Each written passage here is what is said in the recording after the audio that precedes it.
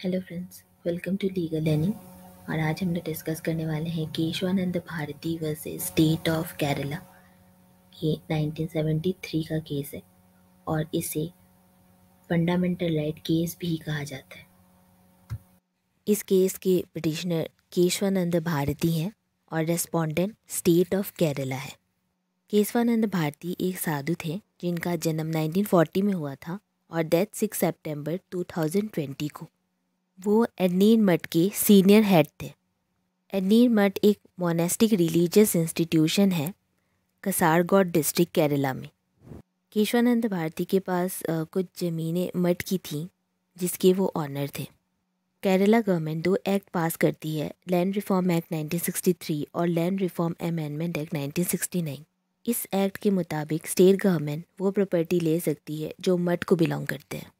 State government अपने power article 21 के under में डाल देती है, जिसमें लिखा हुआ है कि एक पर्सन का पर्सनल लाइफ और प्रॉपर्टी कोई नहीं ले सकता।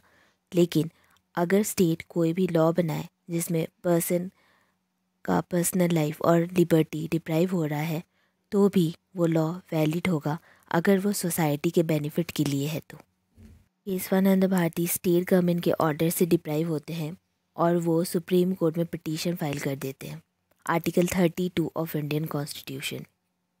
और उनके एडवोकेट नानी पालकीवाला थे।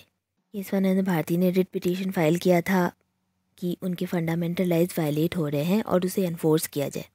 जो फंडामेंटल राइट्स इंक्लूड थे वो था article 25, 26, 14, 19 and 31 of Indian constitution. जब केस सुप्रीम कोर्ट में पेंडिंग था, केरला गवर्नमेंट ने दूसरा एक्ट पास कर दिया, Kerala land reform act 1971।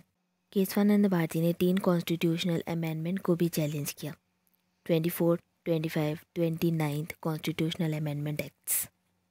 Issue जो कोर्ट के बिफोर रेज हुआ, पहला 24th and 25th constitutional amendment constitutionally valid है कि नहीं, और दूसरा कितने हद तक पार्लियामेंट के पास पावर है कॉन्स्टिट्यूशन को अमेंड करने का। आर्ग्यूमेंट्स जो रेज हुआ था, पहला पिटिशनर्स आर्ग्यूमेंट देखते हैं। पिटिशनर ने कहा कि पार्लियामेंट अपने मन से अमेंडमेंट नहीं कर सकता, उसका पावर लिमिटेड है और जो बेसिक स्ट्रक्चर है कॉन्स्टिट्यूशन का वो पार्लियामेंट अमेंड नहीं कर सकता।